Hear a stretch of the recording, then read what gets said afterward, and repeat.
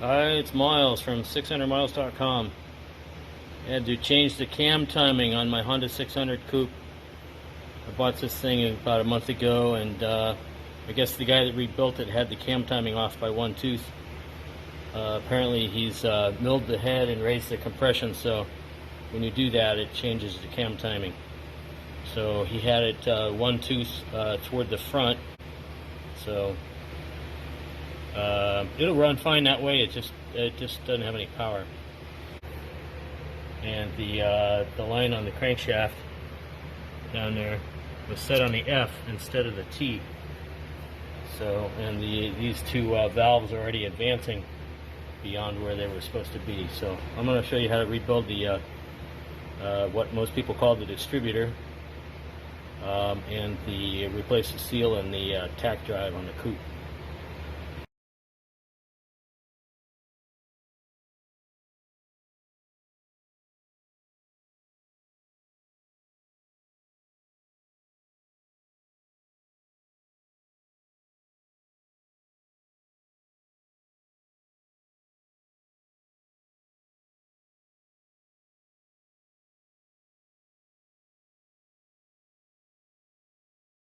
So it's really common that this oil seal will leak and the oil will run out your distributor and dribble down through this hole here and then run all over the right side of the motor. So I like to take these out whenever I do a tune-up if they're leaking, and if they're not leaking, leave them alone. But it gets incredibly hot when you put the cover and everything on this side. So all I do is get a screwdriver and knock it through from this side and replace it with a new one. And they usually just pop right out. If they don't pop out, then wow, that was barely in there. And then you got to clean the gasket off. If you don't have another gasket, you can put some silicone seal on here. If you use anything too strong on there,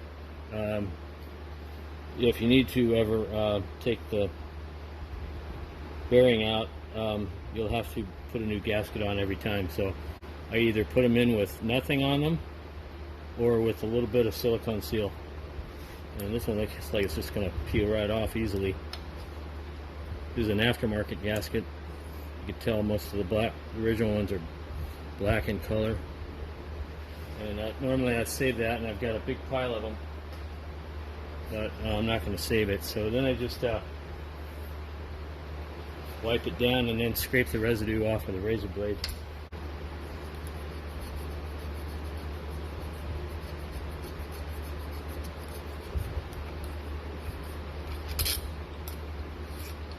And make sure you don't tear up the surface. You can actually, if you got a bead blaster, you can take and bead blast these. Just make sure the seal's not in it when you're doing it. You'll fill up the seal with abrasives, and then it'll tear up your camshaft. So anyway, just scrape that all down like that, and then I'll show you how I put it back together. Ready.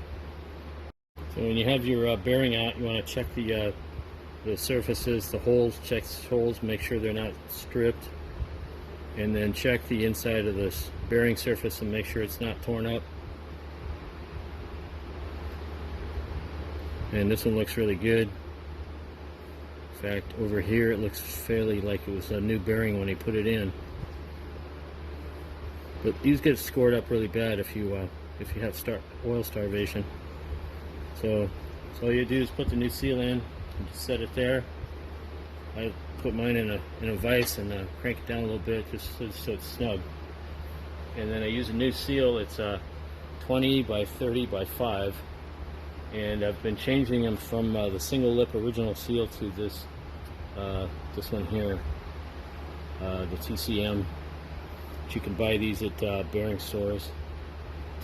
20 by 30 by 5. And what fits really nice in here is a spark plug socket to drive it in with. So the printing side goes out.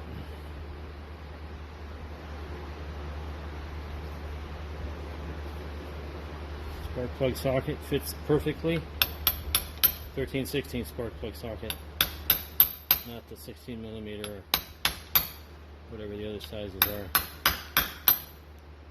You just drive it in until it stops.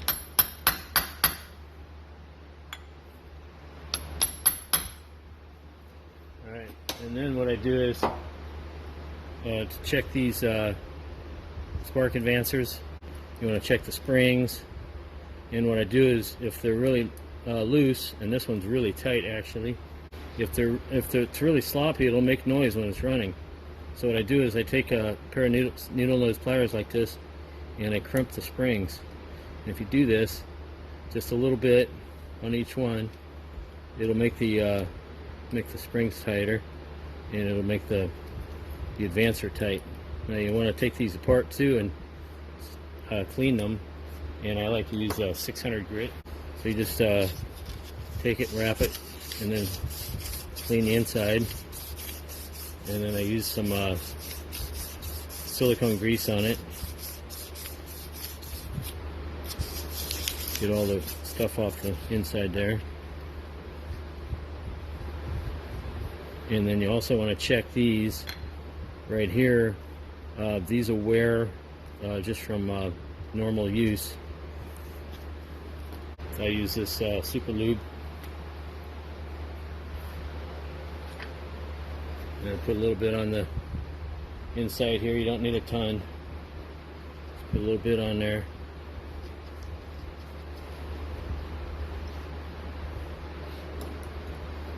And then it doesn't matter on this thing, it doesn't matter which way this goes on because both cylinders fire at the same time. But they do have to line up with the tangs with the ears. So those have to be perfect. And then I sand the outside off.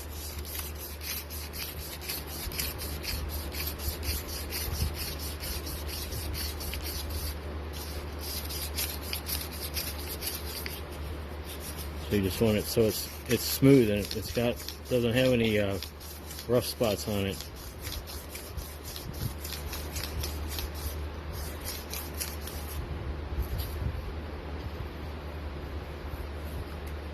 Then wipe it off, and then apply some lube to this. It's got a deep scratch, but it'll probably be okay. Anyway, it's been running that way. I'm going to leave it.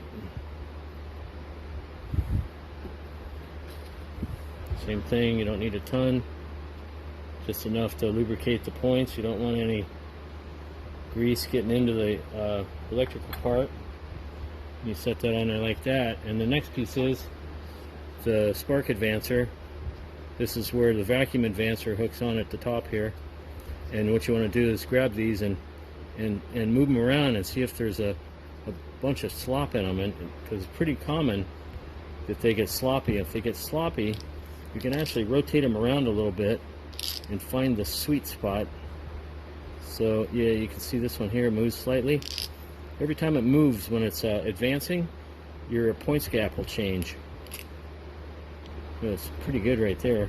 And I like to rebuild the whole thing before I actually set it in. So I'm going to do that right now.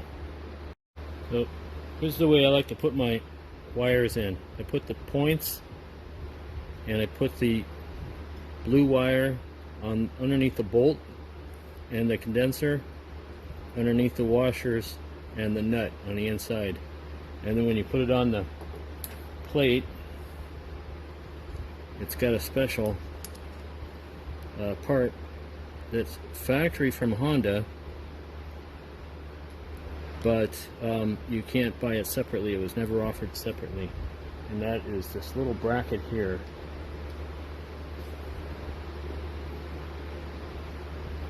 It's so tiny, and most people, I guess, they lose them or take them off because they don't know what it is.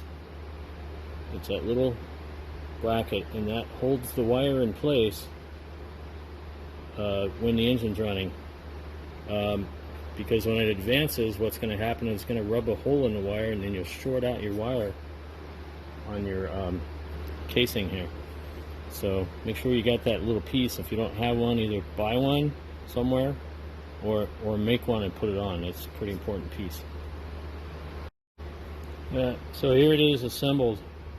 There's that little bracket, goes on the condenser, holds the wire in place, and if your screws are too long, they will stick through and impede this back plate. You won't be able to, your advancer won't work. So make sure your screws do not stick through the plate and stop through the top plate, and then make your back plate so it stops completely, or your advancer won't work, as I said. So then this goes in, and this little wire, when you get it ready to assemble it, it goes right there, and this is your advancer plate. And if you lose that little washer right there, the exact same washer is on your old points. It's right here. So if you lose that one, don't worry about it. Use the one off your old points. It's right there. Same exact size washer. Alright. Alright, so the plate's in, and instead of using those Phillips head, I use these flange bolt. Works really killer. I use 3 of these. I use 2 in here and then 1 on the top that holds the advancer in place. So you put, make sure this is fully seated in, then screw in the bolts. These are 6x10, 10 millimeters long. I actually sell the bolts. I sell the points, but I don't have any condensers to sell. But I'll tell you, it's the same as the Honda CB750 from the 70s.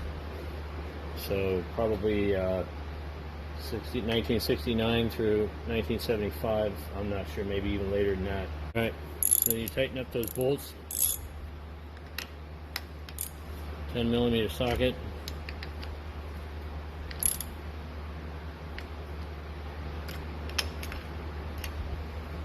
And then you put the vacuum advancer back in, but before you put it back in, or when you take it out, you want to test it. You can either put a vacuum pump on it and see if it moves.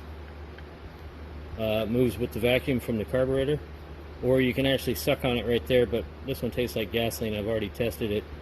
Well, let's see if I can do this off camera, but see, I'll have you watch it move. No, doesn't look like it. Trust me, it works. So anyway, you suck on here, tastes like gasoline, yuck, or you put a vacuum pump on it. Anyway, you put that in there like this, goes on the stud here, and then you put the snap ring back in. If you just set it so it's like right on top. Of course, you can't see when I'm got my hands in the way, right? Hate those videos. You put it on like that, set it on there, and you push it on with a screwdriver. You can push it on with your finger. Just goes on just like that. I know you couldn't see it, but it does. And then I used the 3rd bolt up here.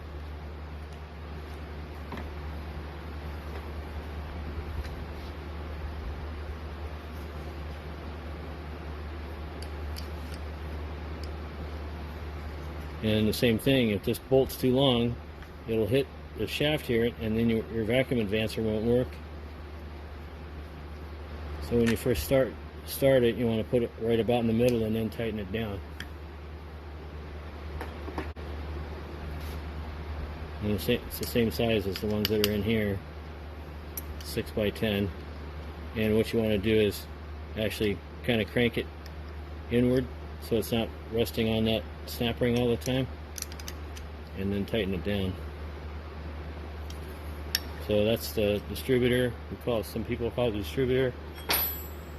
It's just a points assembly.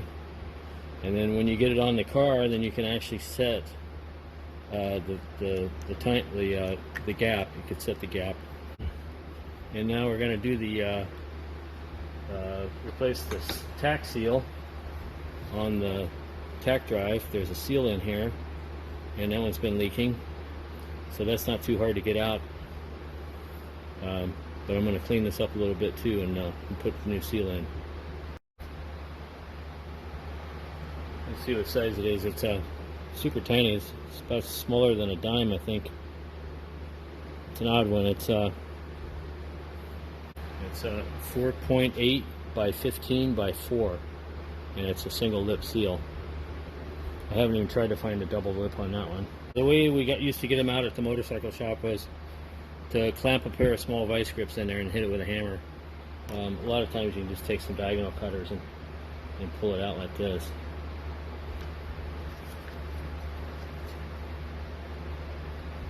Just like that. Now, there should be a washer inside underneath. And there's not supposed to be a washer here on top. So, I don't know why that's in there. Somebody put it in there. So there's the seal. It's pretty loose on there. And then the washer. And then you can take it and clean it all up if you want. It's not a show car for me, so I'm not going to do that. You put the new seal on. Seems a little gritty. I'm going to clean it up a little bit. Put the new seal on, and you use a 10mm socket to put it back in with.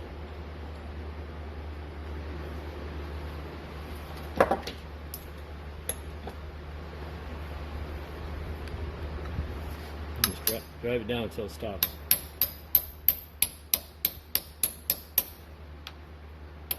And the cable is going to hold it in, so it's not going to fall out anyway. So that's those two things rebuilt, and we're going to put them back on the car. I'm kind of lucky. I still have a bunch of original gaskets still in the original packages. So this is the distributor side.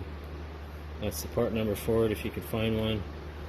And this is the tack side, and that's the part number there, if you can find one. Now, I just talked to a guy about a month ago. He's going to start reproducing gasket sets, and it's a guy that I used to buy my Hudson parts from in Santa Clara, California. So I'm going to help him, give him a bunch of samples, and he's going to make gasket sets. So we'll have a bunch of correct, like NOS gaskets, like in the olden days. I love Healy coils, except when people don't do them right, you got to pull them out and start over. You know didn't do them right when the bolts get all torn up, when they're taking the bolt back out, it won't come back out, or when you're putting it in and it won't go in. So people just force them because they think oh, I did a Healy coil, it's going to be perfect. This was a 6x1.0 Healy coil, so I got to put a different one in. I got to rethread it and reinstall it.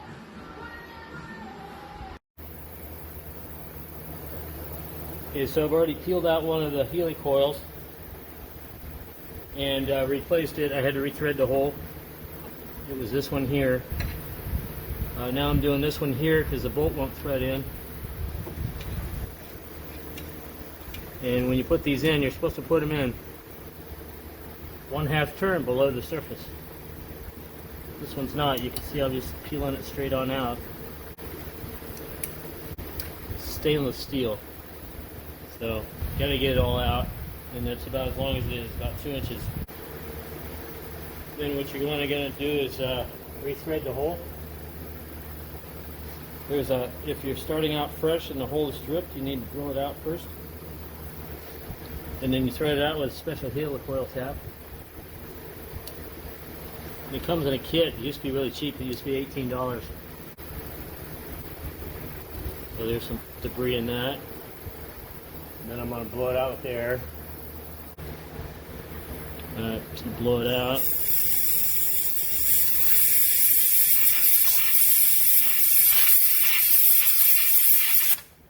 That one I did.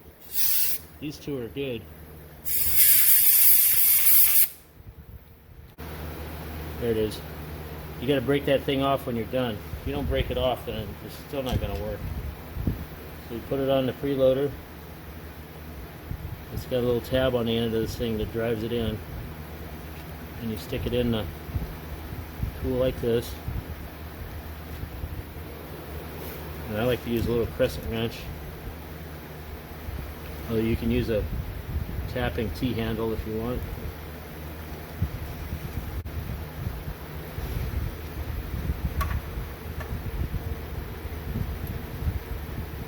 Keep turning it in until it stops. So the holder comes off.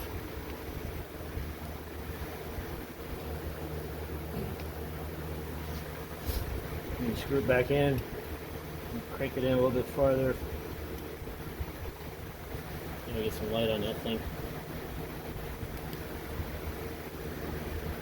So I'm already probably close enough, but I'm going to put it in a little bit farther anyway. Alright, so it's probably, maybe it's a half turn or more. Just make sure it's not sticking out. I'm going to use this to break off the tang and a baby hammer. Maybe it's a 4 ounce, I don't know. But anyway, you put it in there, put it up against it, but I back up a little bit so it actually has a little bit of warmth to it.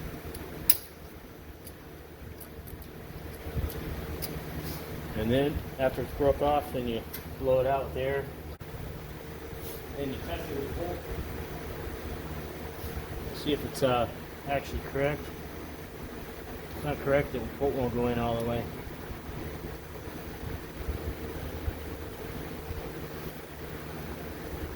So that one's good. Bolt's already in 3/4 of an inch, and it stopped at the back.